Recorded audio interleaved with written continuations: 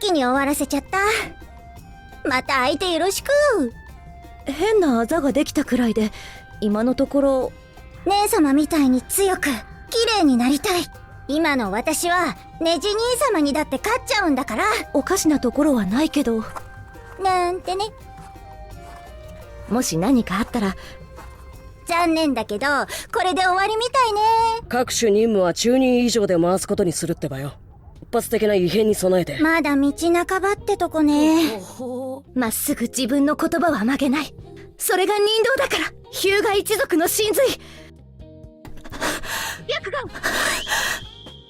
何かあったらすぐにひまわりを連れて病院に行くから。この勝利はまぐれじゃない。逃がさねえぜ。ちくしょう。ナルト君。何